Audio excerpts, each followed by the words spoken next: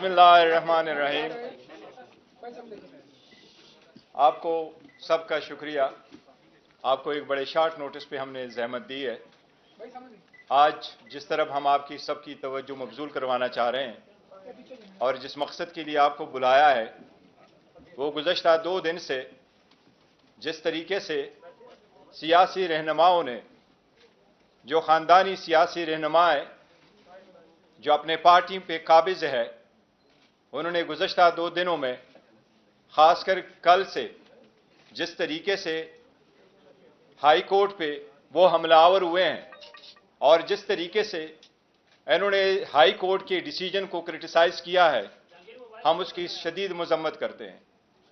इनका रविश यही रहा है, जब भी कोई डिसीजन आ जाए तो बजाय इसके कि उसको फेस करे, कानूनी रास्ता इख्तियार करे, प्रेस कॉन्फ्रेंस करा के जजेस को और इदारों को तनकीद का निशाना बनाते हैं।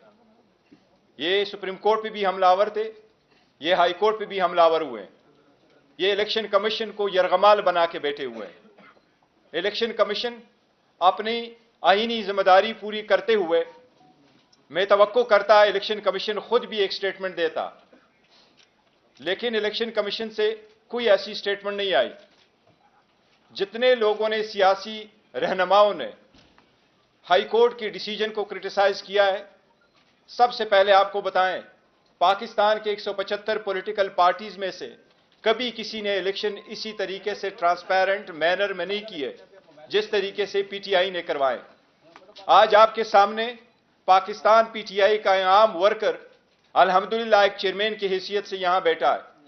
हमारा असल चेयरमैन, हमारा असल लीडर कल भी जो था, आज भी है और कल भी रहेगा, वो इमरान खान साहब है। वो चाहे जेल में है चाहे बाहर है, वही रहनुमाई करते हैं और वही लीड करते हैं। मैं उसके नुमाइंदे की हैसियत से बैठा हूं और आपको ये हम बावर कराते हैं कि आपके कैमरों के सामने हमारा इंटायर प्रोसेस हुआ इलेक्शन का। हमने जितने इलेक्शन कराए, इस पार्टी ने हमेशा फ्री, फेयर एंड ट्रांसपेरेंट कराए। इलेक्शन कमीशन के पास आईनी कानूनी नुक्ता था कि इलेक्शन कमीशन के पास कोई इख्तियार समाअत नहीं है इन मामलात को देखने का। इलेक्शन कमीशन ने कहा कि आपका चीफ इलेक्शन कमिश्नर की रिजिग्नेशन नहीं है। वो chief election commissioner already resign कर चुका था और सेक्रेटरी जनरल ऑलरेडी रिजाइन कर चुका था। हाई कोर्ट के जज साहब ने 4 घंटे इस केस को सुना था। उस 4 घंटे के सुने में जितने भी आपके कैमरे वाले मौजूद है, पेशावर वालों से पूछे, इनके पार्टियों ने सिर्फ उस जज साहब को तप्पड़ नहीं मारे, इतने सख्त अल्फाज उस वक्त कोर्ट में भी इस्तेमाल किए थे। इन सारे सियासी रहनुमाओं को, ये जो रेमनेंट पीडीएम के हैं, इनको अच्छी तरह नजर आया है कि 8 तारीख को इनके पल्ले कुछ भी नहीं बचना। ये अपने अपनी सीट आप हारेंगे इंशाअल्लाह ताला, अगर election free, fair and transparent हुए। इनको इनका पता है, इसलिए इनकी सिर्फ ये कोशिश है कि पीटीआई के पास बल्ला ही ना रहे। और हमें उम्मीद है इंशाअल्लाह ताला ये सिर्फ पीटीआई का निशान नहीं है, ये पाकिस्तान के 25 करोड़ अवाम में से 70% अवाम की उमंगों की निशानी है। ये अवाम की बुनियादी हक है कि इसके मुताबिक इलेक्शन करे। सुप्रीम कोर्ट ये कानून मौलाना मौदूदी के केस में 1964 में सेटल कर चुकी है। बेनजीर के केस में सिंबल वाले में 89 में सेटल कर चुकी है कि किसी पार्टी से सिंबल लेना इस बात का मुतरादिफ है कि आपने उस पार्टी को डिसॉल्व किया है। और ये इख्तियार सिर्फ सुप्रीम कोर्ट के पास आर्टिकल 17 में मौजूद है, किसी और के पास ये इख्तियार नहीं है। कल आपने देखा है, पे दर पे प्रेस कॉन्फ्रेंसेस हुई है, बाप बेटी भांजा भतीजा सारे लगे हुए हैं। इनका सब मकसद यही है कि पीटीआई के पास कोई निशानी न रहे। हम पहले दिन से कहते चले आ रहे हैं कि ये वो है जो हॉर्स ट्रेडिंग को बड़ा पसंद करते हैं और वो हॉर्स ट्रेडिंग में पैदा बड़े हुए हैं। यही तो है जो सुप्रीम कोर्ट ने, जब हुकूमतें डिसॉल्व होती थी, असम्बलियों के केस सुप्रीम कोर्ट के पास जाते थे, सुप्रीम कोर्ट बारहा कह चुकी थी कोई ऐसा निजाम वज़ा करे जिसमें हॉर्स ट्रेडिंग रोके। अगर आप पीटीआई में इस वक्त निशान लेते हैं, 227 रिजर्व सीटें किसके पास जाएगी? 70 सीटें नेशनल असम्बली, बाकी प्रोविंशियल गवर्नमेंटों के पास है। अगर 227 सीटें आप रिजर्व एक पार्टी से ले लेते हैं तो इनका क्या रद्द अमल होगा सदर के इलेक्शन में, सेनेट के इलेक्शन में, चीफ मिनिस्टर, प्राइम मिनिस्टर के इलेक्शंस में, स्पीकर, डिप्टी स्पीकर के इलेक्शन में इनका क्या रोल होगा? इस वक्त सबसे ज्यादा नॉमिनेशन कैंडिडेट जो फील्ड की है वो पीटीआई ने की है।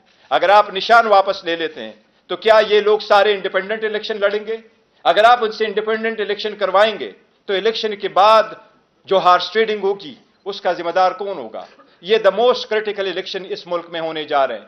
اگر یہ election free, fair and transparent نہیں ہوئے تو یہ اکانومی تباہ ہو جائے گی، یہ ملک کا بدترین نقصان ہو جائے گا، یہ ڈیموکریسی ڈیریل ہو جائے گی، یہ ملک متحمل نہیں ہو سکتا. یہ جو قابض بیٹھے ہوئے ہیں پارٹیوں پہ، ان کو اس بات کا ادراک نہیں ہے.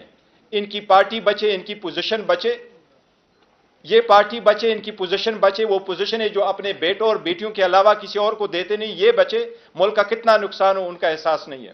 کل انہوں نے ججز پہ جو حملہ آور ہوئے، میں آپ کو اگر آپ کی اجازت سے صرف ایک ویڈیو پلے کرواتا ہوں تھوڑی سی. آپ یہ دیکھیں، ان کی یہ دیکھیں کہ جب کوئی کیس آتا ہے، آپ دیکھیں ججز کے بارے میں یہ کیا کہتے ہیں، یہ عدالتوں کے بارے میں کیا کہتے ہیں. سن لے ذرا اس کو، ایک منٹ. عمران خان کو کہا کہ اس کرتوں سے کیا مارے میرے پاس لے کے آؤ پٹیشن، میں سن مانیٹرنگ جج لگایا ہے. وہ اس مقدمے کے لیے لگایا تھا، لیکن لگتا ہے کہ وہ تاحیات مانیٹرنگ جج لگ گئے ہمارے. تحریک انصاف سپریم کورٹ کی رجسٹری میں درخواست لے کر گئی. چھٹی کے دن رات کو رجسٹرار گھر سے بھاگا آیا. اس نے کہا جی پٹیشن کدھر ہے؟ تحریک انصاف کے لوگوں نے کہا کہ پٹیشن تو ابھی تیار نہیں ہوئی. اس نے کہا ہم یہاں بیٹھے، آپ پٹیشن تیار کریں. اسی عدالت میں صداقت اور امانت کا سرٹیفکیٹ دیا. کہاں ہے آج وہ صداقت اور امانت کا سرٹیفکیٹ دینے والا؟ چہرہ دکھانے کے قابل نہیں ہے کسی کو. جب بیل کا فیصلہ ہونے والا ہوتا تھا، جیل میں اس دن خبر ملتی تھی کہ 3 ہفتوں کے لیے بینچ ڈیزالو ہو گیا، نیا بینچ، یا کوئی جج چھٹی پہ چلا جاتا نہیں تھا، بھیجا جاتا. قاضی فائز عیسیٰ صاحب کے معاملے میں مائی لارڈ شپ سے یہ پوچھنا چاہتے ہیں کہ وہ آپ کے برادر جج تھے نا، آپ نے کیا کیا؟ تو جسٹس عظمت سعید صاحب جو ان کو کون نہیں جانتا کہ کتنی انہوں نے نیک نامی کمائی تھی، اور انہوں نے جس طرح سے پرسنلی ذاتی طور پہ اثر انداز ہو کر انہوں نے جے آئی ٹی بنوائی. انہوں نے واٹس ایپ کالز کی، منتخب وزیر اعظم کے خلاف سازش تھی، اس میں وہ بہت بڑا اس کا حصہ تھے، اس کے کرتا دھرتا تھے. مارشل لا نہیں لگاتے تو آپ کے کم وقتوں نے جوڈیشل مارشل لا لگا دیا ہے کہ آج ملک جس انتشار کی لپیٹ میں آیا ہوا ہے، ملک نے جو کرائسس جنم لیا ہے، وہ زمان پاک سے کم اور عمر عطا بندیال کی کرسی سے زیادہ جنم لیا ہے. ثاقب نثار کو تو پوری قوم جانتی ہے، لیکن آپ کا ثاقب نثار سے بڑا مجرم جو چھپ کے گھر میں بیٹھا، اس کا نام ہے جسٹس آصف سعید کھوسہ. اور مظاہر علی نقوی جس کے خلاف غبن کا، کرپشن کا ریفرنس گیا ہوا ہے، لیکن اس پہ سانپ بن کے بیٹھے. شرم کرو عمر عطا بندیال، شرم کرو.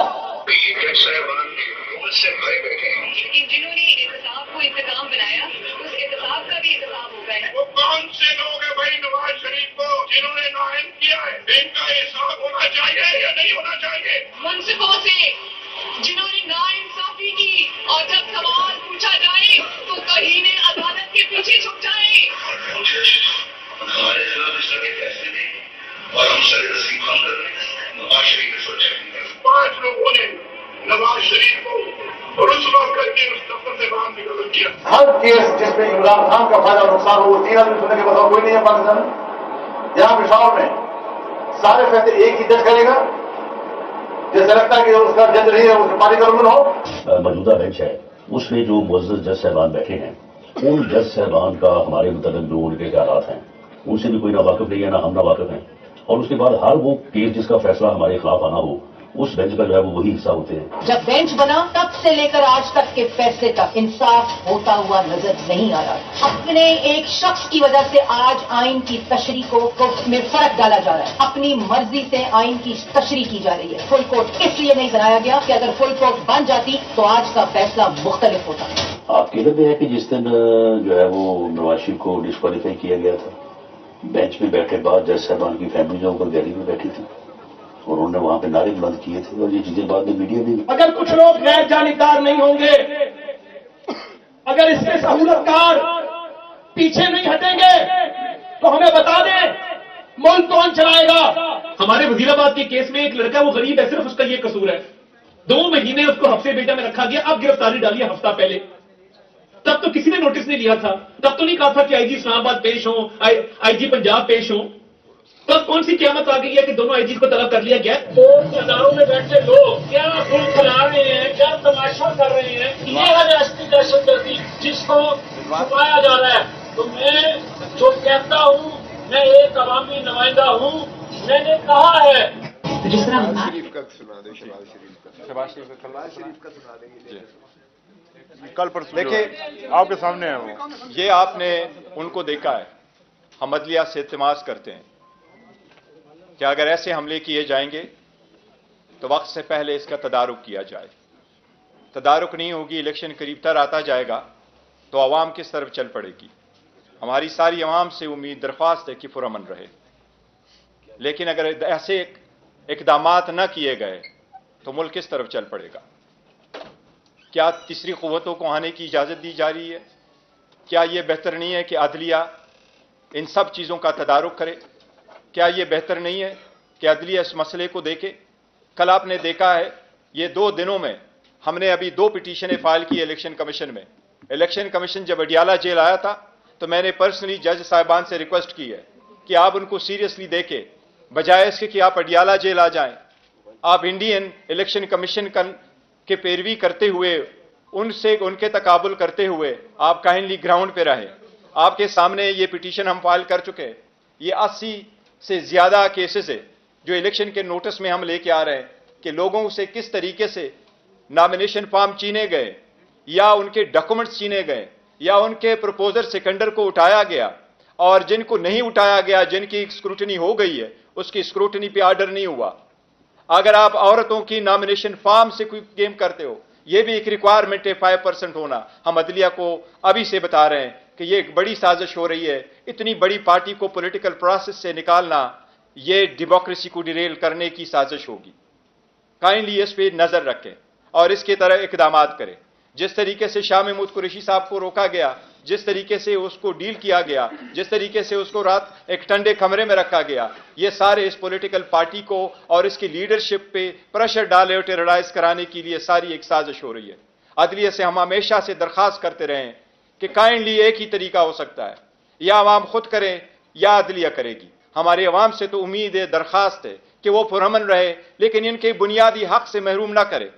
इनके बुनियादी हक इस प्रोसेस में पार्टिसिपेट होने के लिए अदलिया से दरखास्त है कि इस मसले को देखे। ये बेट का मसला जरूरी है, इस इलेक्शन प्रोसेस में पार्टिसिपेट होना जरूरी है, इस इलेक्शन प्रोसेस का मुकम्मल होना जरूरी है। अगर सुप्रीम कोर्ट ने सुमोटो लिया है और इस बात को वर्सी कर रही है कि इलेक्शन 8 फरवरी हो, तो इसका हर स्टेप उस वक्त तक जब तक सारा final nomination of the return candidate नहीं हुआ हो, इस सब के लिए लाजिम है कि यह सुप्रीम कोर्ट अपने सुपरविजन में देख ले।